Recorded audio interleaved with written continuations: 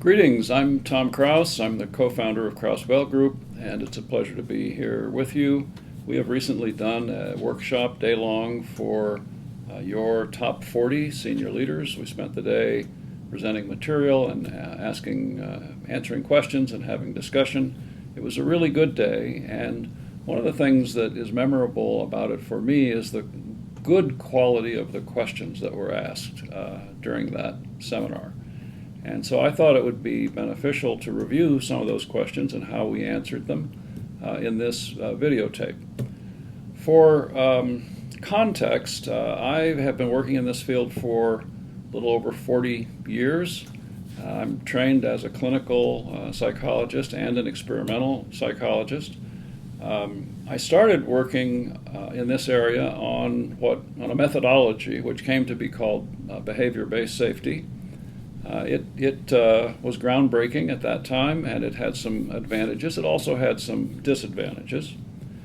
In the course of doing that work over a period of years, we got interested in why there was variation in outcome across organizations that implemented the same methodology. And so we did a study to see if we could figure out what was going on with that. And we found that the strongest predictor of success in behavior-based safety was safety leadership capability. And so that led to us working on, so what does it mean to be an effective safety leader? What do effective safety leaders do? How do they think about things? How are they different than other leaders? And so on. And then along came a very interesting problem from a client, which was that their smaller injuries were declining over a long period of years, but the serious and fatal injuries that they were having were level during that same time period. Now, by the dominant theory, that triangle that you've all seen, those lines should be parallel. And so what's up? How does that all work? We studied their data. And then we got 6 other companies and aggregated all of their data to see if we could unravel that. And what we found was that smaller injuries come into 2 very broad categories. One is a small injury which has a very low probability of being anything but a small injury. The other is a small injury that, because of randomness or luck, good luck, bad luck, was small but could have been serious or fatal. And so when you're reducing smaller injuries, what matters is to what extent are you getting at those small injuries that have the potential to be serious. And then in the last 5 years or so, we've been working on safe decision making. And decision making is something that's been studied for a long, long time. The work of Kahneman and Tversky in the early 90s and since has been pivotal and has taught us a lot about how decisions are compromised.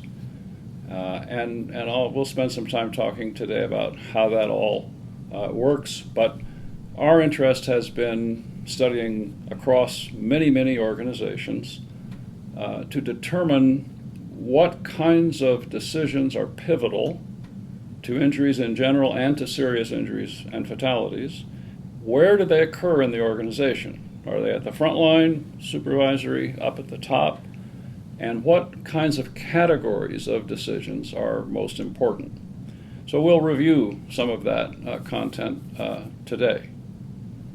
So one of the questions that came up quite a few different times was about climate, safety climate, and safety culture, and what's the difference between those two, and how do they interact together? Which one should we be paying attention to, and in what ways, and so on and so on. And so I want to give you kind of a quick summary of what we have learned about those things. So now, safety climate means what we are paying attention to in the organization right now. Now, that might be the building up of a value for safety, or it might be anything else related to safety or not. But the point is that leaders, by what they pay attention to, affect the climate on a short-term basis. Doesn't take very long at all to change the climate. The culture, on the other hand, is much deeper and much harder to get at and takes much longer. It takes a long time to change a culture of an organization. So by culture is meant the shared common values in the organization. Also, that can be seen as how we get things done around here. So the research that we have done on climate and culture with respect to safety has yielded certain sort of principles and relationships, and I want to kind of review those with you. First, the climate is easy to change, but if you change it and then it falls back to the way it was before, it doesn't change the culture. If you change the climate and then you maintain that climate over a period of time, it does begin to change the culture. Organizational culture is looked at in many different ways by different people in the field. The model that we have found to be most effective comes from the organizational functioning literature, which is 25, 30 years of research on what are the factors in the organization that get at the culture and what are the effects of those factors. So one example of that would be a variable that has been studied a lot, which is called perceived organizational support. And that means I work in your organization. You give me a goal, you give me some resources, but when I have difficulty achieving that goal, do I have your support in troubleshooting what I could do better and in changing my strategy and in becoming more effective? Or is the way we do things here, it's up to you to figure that out. We pay you to come up with solutions. So don't tell me about problems, tell me how you solved those problems. Now, different organizations have different cultures with respect to that kind of support. Now, that turns out to be a strong predictor of safety outcomes, that particular variable. And there are 5 or 6 other variables. Another one is upward communication. Does information flow up through the organization? Or does it get stopped at places in the organization? And I think you've all seen examples where it gets stopped, and as a result of that, there's some kind of calamity. So having a culture in which the way we do things is it's acceptable to pass information up, even if it's not what you know people want to hear. It's still not only is it acceptable, but that's what we want you to do. We want you to tell us about stuff, and that information flows up to the top. So now, those are examples of 2 variables. There are 5 or 6, but those are things that predict safety performance, and they also predict performance in general. They get at absenteeism, for example. They get at turnover, for example. They get to burnout, productivity. So is this the kind of place that you would like to work? Is this the kind of place you'd like to have your son or daughter work at? Is this going to be a positive experience? Is this job you have an asset to you in your life, or is it a liability in your life? All of that is affected very strongly by what was called in the research organizational functioning, those set of variables. Safety is one of the things that is a positive outcome. So if your goal as an organization is to improve safety, that's what you want to do, then you want to improve the safety climate, the value for safety. Do we think it's important or not? Do our leaders think it's important or not? And you want to do that long enough to become part of the culture. And at the same time, you want to improve upward communication and perceived organizational support and teamwork and my respect for my boss and the other set of variables that go into all of that. So one of the questions that was asked is, how do you hire and promote for effective safety leadership? So when you're selecting someone for the job, do you take into account, is this person an effective safety leader? When you are looking at a promotion, replacing someone, putting someone in a different job, do you take a look at, to what extent is this person an effective safety leader? It's very important, but it's not usually done. It's usually done in a pretty informal kind of a way. Do we know that John or Mary is a strong supporter of safety? Do they have that reputation? Do they talk up in meetings? We kind of get a general impression. But are they really an effective safety leader, which is a lot more than that? We in organizational life are not inclined to look at that very carefully. And it's a huge improvement opportunity, because that's the strongest, if there's one single thing that you want to change to make improvements in your overall safety culture, safety functioning, safety outcomes, it would be the quality of safety leadership. So getting that on the table early when you hire people, when you promote people, becoming a part of your process is very important. It's a great question. So one of the areas that we have studied a lot and that we think is a really important opportunity for improvement is around the area of safe decision making. If you look at serious and fatal injuries and you say, what decisions were made that related to this event occurring? Typically, you first think of the last thing that happened before the incident occurred. And then you look at, well, the decision was made to not follow the procedure that was ordinarily done or that was supposed to be done.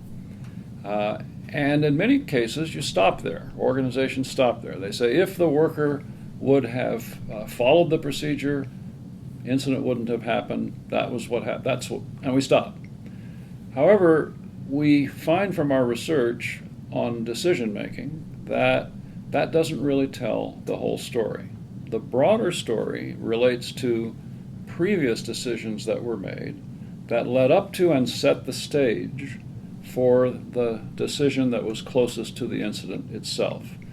So if you see that the individual worker didn't follow the procedure, if you go backwards in time and say, well, is this a procedure that people follow in general?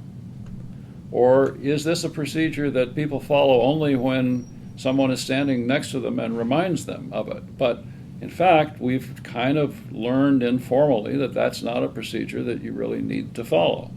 Or to follow that procedure would require support that I'm not getting. I would have to be able to know things or do things or have equipment that I don't have. And as a result of that, it would be a lot of extra work for me to actually follow that procedure. And that situation has been known by leadership and has been tolerated by leadership. And that toleration, those are decisions that are made. Now, if you then say, well, why do people make those kinds of decisions? The work of Kahneman and Tversky comes into play on cognitive biases. And the question is, on what basis do I make a decision that has potential safety impact? And that amounts to a probability estimation. So when I'm making that kind of decision, I'm estimating what is the probability that this is going to get me in trouble? Somebody's going to get hurt as a result of this thing.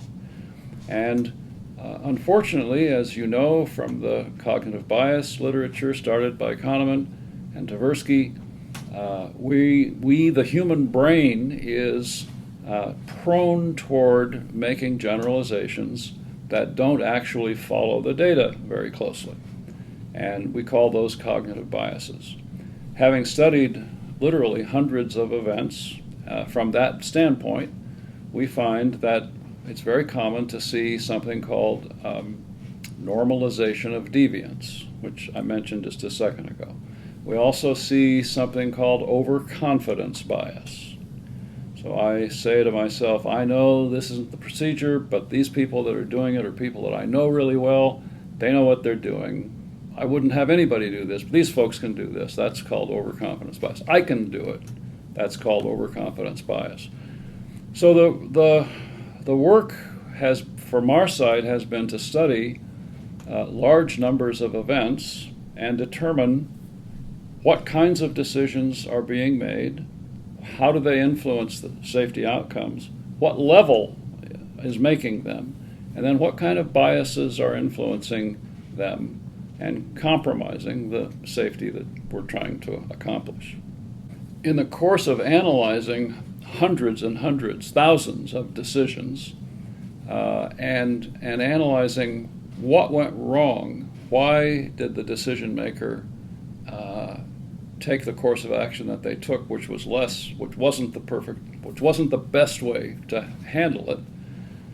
What we found is that roughly half of the time, the decision was made without consideration for the safety implications.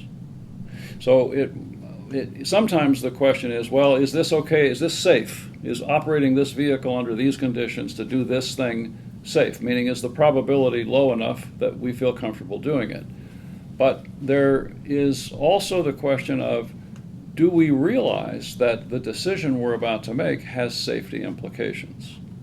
And our finding was that about half of the time, people make those decisions without awareness that this has safety implications. So we've got to do budget cutting. Do we think about how we cut this budget is going to have safety implications?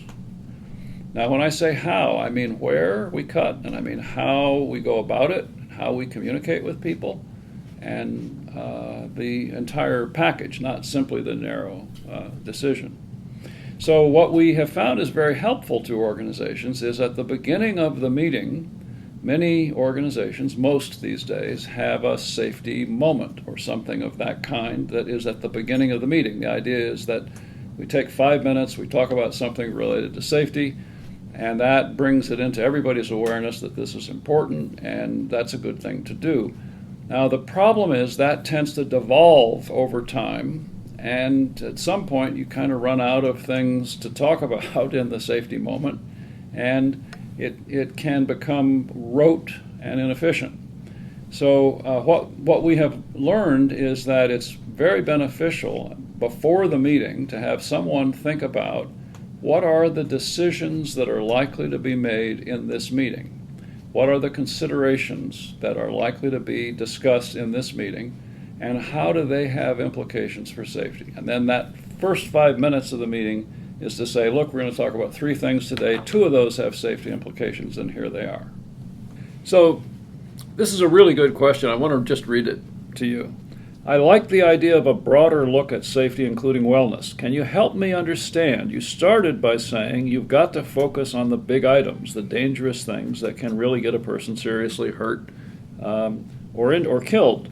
Help me square that you've got to look at this broadly and you have to focus on what can seriously hurt us. How do we move from catastrophic events to well-being?